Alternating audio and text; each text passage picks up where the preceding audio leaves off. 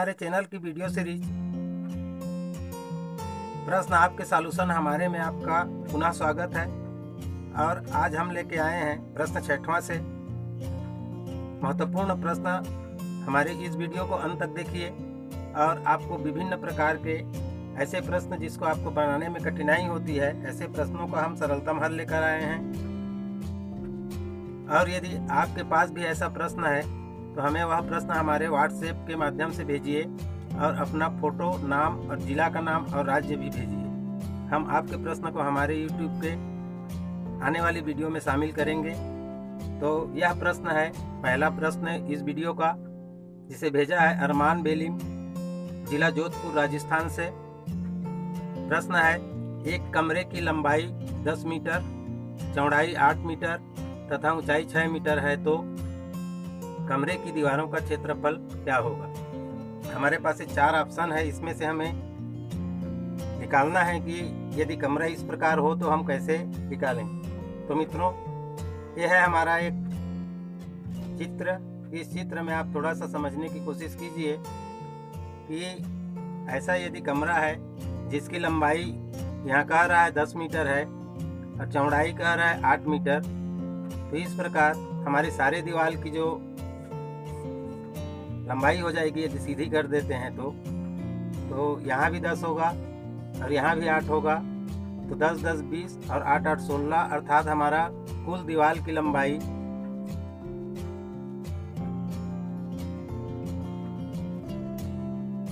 कुल दीवारों की लंबाई हो जाता है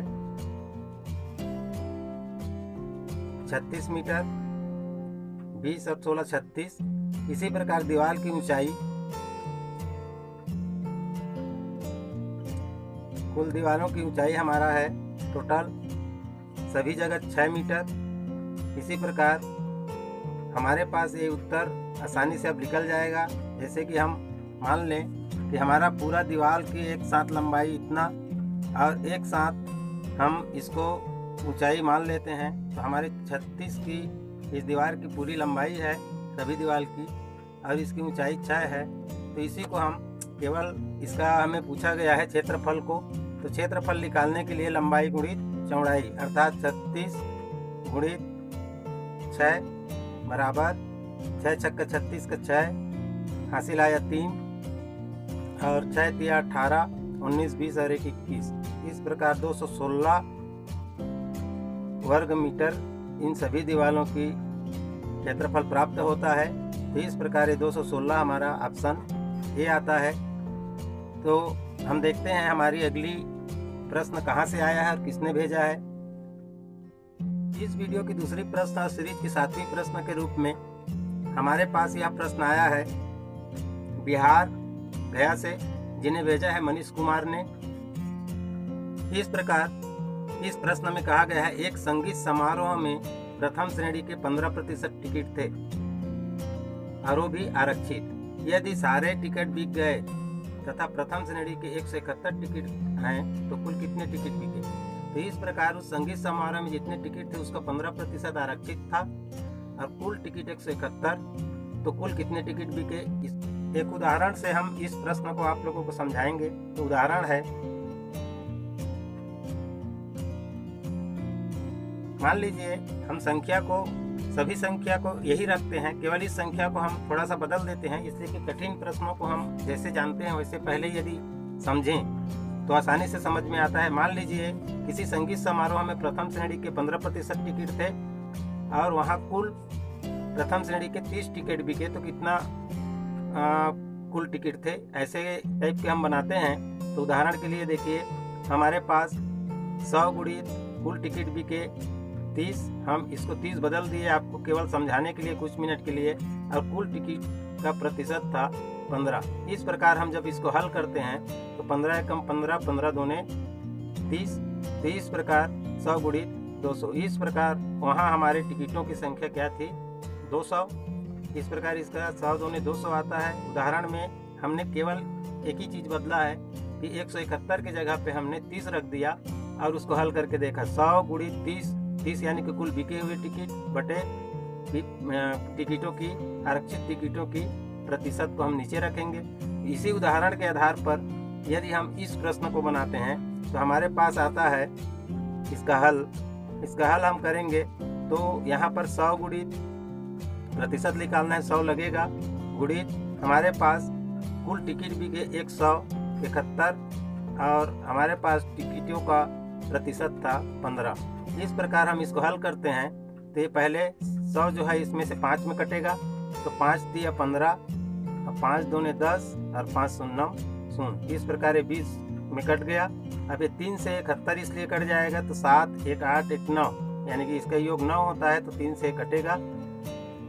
3 एकम 3, 3 पंचे 15 और 3 सत्ते 21 से 2 बचा है तो 21 हो गया। 3 सत्ते 21। इसी प्रकार 17 57 गुणित 20 करेंगे तो ये हो जाता है हमारा 57 का 2 बार पहाड़ा पढ़ देंगे तो ये हो जाएगा 114। 57 दूने 114, 0 का 0। इस प्रकार वहाँ कुल टिकट जो बिके थे वो 1140 है। तो इस प्रकार 1140 टिकट बिके और उसका 15% होता है 171। आप इसको चेक कर सकते हैं कि 1140 यानी कि 1140 का 15% 171 होता है कि नहीं। तो इस प्रकार इसका उत्तर है हमारा सी। तो हम चलते हैं हमारे 8वें प्रश्न की ओर और इस वीडियो का तीसरे प्रश्न। यह प्रश्न हमें भेजा है चंदेर भान कैथल हरियाणा से। तो इस प्रश्न में पूछा गया है एक रेडियो का क्रय मूल्य 500 रुपया है। 10% की छूट देने के बाद विक्रय हेतु अंकित मूल्य कितना रखा जाए कि 15% लाभ हो। अर्थात इस प्रश्न को एक बार और समझ लें कि एक दुकानदार 500 रुपया में एक रेडियो खरीद के लाया और उसका मूल्य को ऐसे रखना चाहता है कि ग्राहक आए तो उसे 10% छूट भी दे और खुद को 15% का लाभ हो जाए। तो सबसे पहले हम इसका एक उदाहरण प्रस्तुत करते हैं। मान लीजिए यहाँ पर यदि वो दुकानदार 100 रुपया में रेडियो को खरीद कर लाता और वो कमाना चाहता कितना 15% लाभ कमाना चाहता तो 100 का 15% 15 होता है तो उसको 115 रुपये चाहिए। अब उसे 115 रुपये में और कितना बढ़ाए कि ग्राहक को 10% छूट भी दे तो भी उसे 115 रुपये मिले। तो यहाँ पर हमें एक सूत्र लगता है। तो सूत्र में हम बच्चे को सूत्र को याद कराना चाहेंगे तो नहीं होता है, फिर भी हम समझा देते हैं। यहाँ पे सूत्र है हानि का या बट्टा का। तो हानि या बट्टा के लिए एक ही सूत्र होता है। ये सूत्र होता है 100 गुणित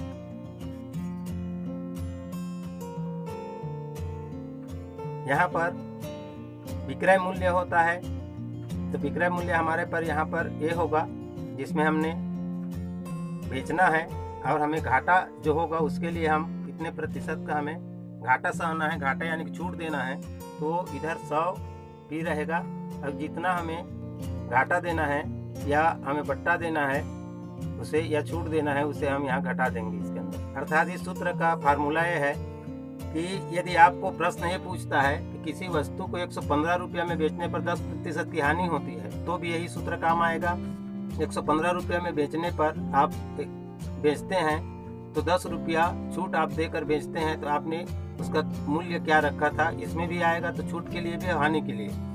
तो यदि जैसे ये भी प्रश्न आपका आता है कि 115 रुपया में बेचने पर 10% की हानि होती है कहने पर भी यही सूत्र आएगा। तो इस प्रकार ध्यान दीजिए 100/100 करना है और यहाँ पर जो प्राप्त होने वाली मूल्य है उसको लिखना है और यहाँ जितना छूट देना है उतना को नीचे वाले 100 से घटाना है और इसको ऊपर वाले को मूल्य से गुणा करना है। अब इसको हल करते हैं तो हमें पता चल जाएगा और इसका हम आपको इस सॉल्यूशन को हम आपको चेक करके भी यहाँ बताएंगे। तो इस प्रकार हम इसको हल कर देते हैं। हल करने के बाद हमें हो जाएगा 100 गुणित 15 100 गुणित 115 100 गुणित 115 बटे ये हो जाएगा 90। इसी को हम कटाते हैं, 0 0 कटा। अब 9 से हम इसको कटाएंगे, अब 9 से इसको कटाएंगे तो ये हो जाएगा 9 1 कम 9 और यहाँ भी 9 1 कम 9 बचा 2 और 9 दूने 18 बचा यहाँ पे 25 है तो 7। अब ये हो जाएगा 0 और फिर दशमलव लगेगा, शून्य लगा है तो। और इसी प्रकार 9 बचे 9 छिक्का 54, 9 सत्ते बार जाएगा, 9 सत्ते 63 सत्ते बार, और फिर 7 बचेगा, 63 है तो 70 में। और इसी प्रकार 7 बहुत बार जाएगा, तो हम कितने तक लेते हैं मान लीजिए। अब देखिए हम इसको चेक करते हैं, ये 12 रुपया 77 पैसा इसमें और बढ़ाना पड़ेगा, इसी को छोड़ देगा 10% में। तो देखिए हम 115 रुपया में 12 रुपया 77 पैसा हम बढ़ा देते हैं। तो ये 7 7 7, ये भी हो जाएगा 7, ये हो जाएगा 2, ये हो जाएगा 1। इस प्रकार से 127 रुपये 77 पैसा उसको कीमत रखना पड़ेगा। अब 127 रुपये 77 पैसा में हम यहाँ फिर चेक करके बताते हैं आपको 127 रुपये 77 पैसे। अभी 127 रुपये 77 पैसे में उसने बढ़ाया कितना को है, 12 रुपया 77 पैसे को। ये 12 रुपया 77 पैसे हमने बढ़ाया है 10% छूट देने के लिए। तो हम इसको घटाते हैं, तो ये शून्य और ये 7 में 2 गया 5, 2 में 1 गया 1 और 1। इसी प्रकार 115 रुपया उसको 10 रुपये छूट देने के बाद मिल जाएगा। और यहाँ देखिए कि ये 100 रुपया उसका क्रय मूल्य है, 15% बढ़ाया, 115 रुपया उसको पाना है और 12 रुपया 77 पैसा उसमें और बढ़ा दिया। तो इस प्रकार अब हम इस प्रश्न का बनाते हैं इसी फार्मूला के आधार पर। तो देखिए हमारा क्रय मूल्य है 500, इस 500 पे हमें 15% इनकम लेना है, उसको हम पहले जोड़ेंगे। इनकम 15% बराबर 75 रुपया होगा इसका, अर्थात 15 5 75, 5 बार हमको 15 लेना है 500 के पीछे। तो इस प्रकार इसका हमें विक्रय समय 575 रुपये चाहिए, जैसे कि हमें यहाँ 115 चाहिए था। अब इस सूत्र का उपयोग करते हैं, 100/100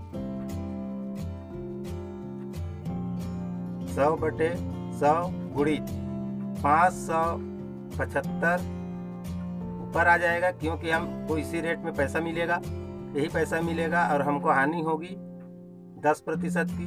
हानि का सूत्र है या बट्टा का, या हम बट्टा दे रहे हैं 10 रुपये तो भी घटाना पड़ेगा। अब इसको हम हल करते हैं, तो हो जाएगा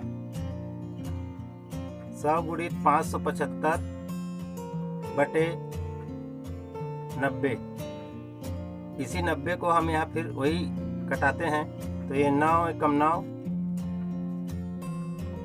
9 छिक्का 54 बचा 3, 35 हो गया, 9 तिया 27, इसमें से 9 तिया 27 बचा 8, अब दशमलव लगा के 80, 9 8 72, 8 बार जाएगा, 9 8 72, फिर 8 बचा और फिर 9 8 72, यानी कि 63 रुपया 88 पैसे इसमें और बढ़ा दें।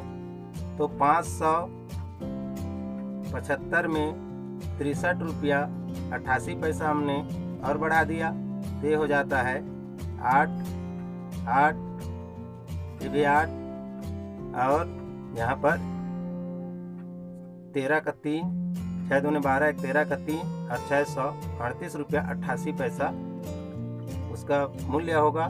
ये 638 रुपया 88 पैसा को जब राउंड फिगर कई बार 8 आता है, इसे 9 किया जाता है, इसलिए यहाँ पर ऑप्शन सी सही है। अब देखिए 638 रुपया 88 पैसा में हम 63 रुपया 88 पैसा घटा देंगे, तो हमारा 575 रुपया हमको प्राप्त हो जाएगा और वो हमें 15% लाभ भी मिल गया। तो हम चलते हैं अगले प्रश्न की ओर। अरे प्रश्न क्या है और किसने भेजा है देखें। इस वीडियो का चौथा और अंतिम प्रश्न जिसे भेजा है छोटू कुमार ने, जो रहने वाले हैं बिहार के जिला कटिहार का। और यह प्रश्न है, गीता ने 750 रुपये कर्ज लिया और 250 रुपये लौटा दिया। इस प्रकार ये 250 रुपये लौटा दिया, तो बचा हुआ कर्ज का कौन सा प्रतिशत है? जो बचा हुआ कर्ज है वो कुल कर्ज का क्या प्रतिशत है? तो गीता ने 750 रुपया कर्ज लिया,